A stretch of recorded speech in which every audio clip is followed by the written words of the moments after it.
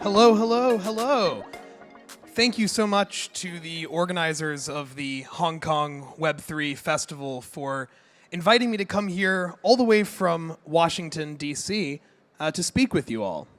So my name is David Zell, and I'm the co-founder and co-president of the Bitcoin Policy Institute. We're a Washington, D.C. based organization and the largest cryptocurrency think tank in the United States. So what do? We primarily write research about the relationship between Bitcoin and the US government's interests. We work very closely and regularly with members of Congress and the White House. And our core focus the past few months has been the strategic Bitcoin reserve. So today I'm going to talk about a few things. First, I'm going to sort of walk you through the evolving landscape of Bitcoin policy in America, sort of how we got from a very hostile and negative approach from the government toward our industry to where we are now, walk you through the recent regulatory developments, especially the SBR, and talk about some implications for the future. So, Trump 1.0. For those of you that have been around crypto for a while, you may remember that Trump was not always in love with digital assets. His administration didn't do a lot, one way or the other in the first go-around with respect to crypto. Notably, at the very end of his first term, you may recall that Secretary Mnuchin pushed for a very last-minute provision that would essentially kill hosted wallets. And that proposal was shot down at the 11th hour. So there were very limited crypto-friendly policies and a focus on compliance and enforcement. So the big question that I want to help answer today is, how did we get from this? In 2019, Donald Trump tweeted, "I am not a fan of Bitcoin and cryptocurrencies, which are not money, and whose value is highly volatile and based on thin air. Unregulated crypto assets can facilitate unlawful behavior, including drug trade and other illegal activity." That was in 2019. Just a few months ago, we had this: the establishment of the Strategic Bitcoin Reserve and the United States Digital Asset Stockpile. So, why did America and the Trump administration specifically decide to pivot on Bitcoin? I think there are three main trends that kind of formed the tailwinds for this shift. The first is increased adoption and legitimacy. During the past few years, we've seen, as many of you know, a drastic uptick in interest in cryptocurrency from Wall Street, in particular BlackRock.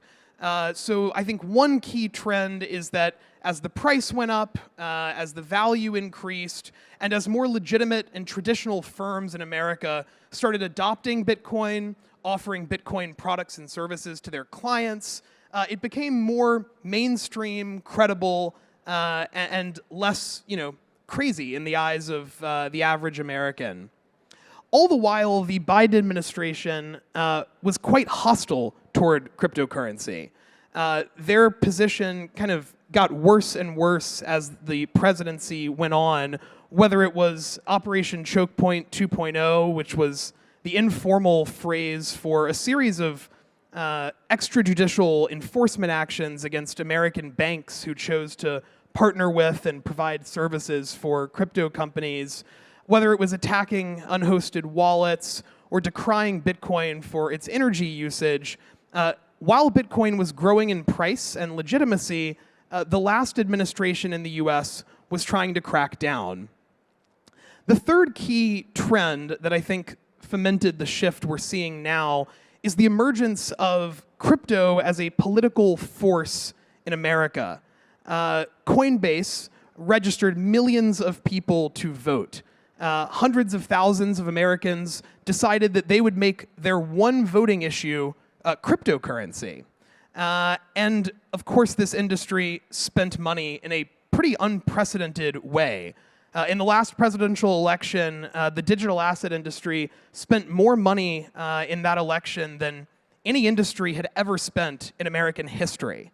And so these three trends, Bitcoin's increased price and legitimacy, the emergence of this new class of voter and donor, against the backdrop of a hostile administration, led Trump to backtrack from that 2019 tweet at the Bitcoin conference in Nashville, where, among other things, he promised to establish a strategic Bitcoin reserve.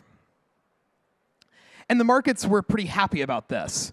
Obviously, the markets are not happy now, but you might remember, and it's worth noting that you can see on the left there, that's the price chart of Bitcoin after Trump won the election, and on the right, the price chart of MicroStrategy the day of the election. So both Bitcoin and sort of beta plays on Bitcoin grew immensely as people were speculating on administrative actions, but also were just pricing in a more crypto-friendly regulatory environment in general. So yeah, Trump won, and he doubled down on Bitcoin very hard. Many, if not most, of the key leaders in his administration own Bitcoin or are public supporters of cryptocurrency. So the Vice President, J.D. Vance, the Secretary of Commerce, Howard Lutnick, Scott Bessent, Waltz, Hegseth, RFK, Tulsi Gabbard, just to name a few. He appointed a notable investor and technologist, David Sachs, to be the White House AI and crypto czar. And he signed a pro-digital asset executive order within several days of assuming office for the second time. But then a surprise came: the establishment of the Strategic Bitcoin Reserve. This is such a notable change, and I think it's worth reading directly from the executive order. In the introduction, it says, as a result of its scarcity and security, Bitcoin is often referred to as digital gold. Because there is no fixed supply of BTC, there is a strategic advantage to being among the first nations to create a strategic Bitcoin reserve. Later on, it says, quote, the Secretary of the Treasury and the Secretary of Commerce shall develop strategies for acquiring additional government BTC, provided that those strategies are budget neutral and do not impose incremental costs on US taxpayers. So, actually, I want to back up a quick second. This executive order is the law of the land in the United States. It can't really be understated the extent to which this is a massive, massive phase shift. And just to break it down, the executive order did a few things. It created this strategic reserve, which is essentially just a fancy name for the coins that we already have. It created a digital asset stockpile, which is just a fancy name for the other cryptocurrencies that the US already holds. But the piece of this that I think is most notable is that the Treasury and Commerce departments are explicitly directed to acquire more Bitcoin. So that brings us to today. A few things are brewing. The first is that executive order also mandated an official accounting of the US government's Bitcoin holdings. They've been reported to be around 200,000 coins, but many of those belong to Bitfinex. And it's believed, although rumored, that the Biden administration may have sold a significant number of coins. So that's actually supposed to come on Monday morning US time. So in a few hours, we should get a clearer picture of just how many Bitcoins the US government holds. These budget-neutral strategies to acquire more Bitcoin are being drafted and analyzed and debated. And in Congress, the Bitcoin Act, Senator Lummis's bill, which, if passed, would require the US government to buy 1 million Bitcoins, is gaining surprising momentum in Congress. When it was originally introduced, it had no co-sponsors. It was just one senator. Now that bill, after being reintroduced, has 6 Senate co-sponsors and a companion bill in the House. So one question that I think has been on a lot of people's minds is, to what extent is this just bluster and hype And to what extent are this executive order and these actions indicative of a serious intent to accumulate Bitcoin? I think it really is the latter. Bo Hines, who is the executive director of the President's Council on Digital Assets, said at a recorded panel not too long ago, he was asked, how many Bitcoins does the US government want? And he laughed and shrugged his shoulders and said, that's like asking how many dollars I want or how much gold I want. My administration wants to acquire as much Bitcoin as we physically can, so long as it does not impose burdens on the taxpayer. So what are the implications for the rest of the world and for Asia specifically? I think the biggest is that Bitcoin is now officially endorsed by the United States as a strategic, neutral reserve asset. The framing of digital gold, both by key administration officials and codified in the executive order, is quite significant. We went from Bitcoin being called highly volatile and based on thin air to being called digital gold formally. And I think that this pro-Bitcoin policy is likely to intensify. Many onlookers were skeptical and thought that once Donald Trump was elected president, he would just kind of leave the crypto thing behind. That he just sort of wanted to placate voters and win an election, and then he would sort of work on other things. And I think that at the time, when he just took office, that was not an unreasonable assessment. But the fact that his administration has continued to double down on Bitcoin signals that this was more than bluster, more than a campaign promise, because he's not running for office again.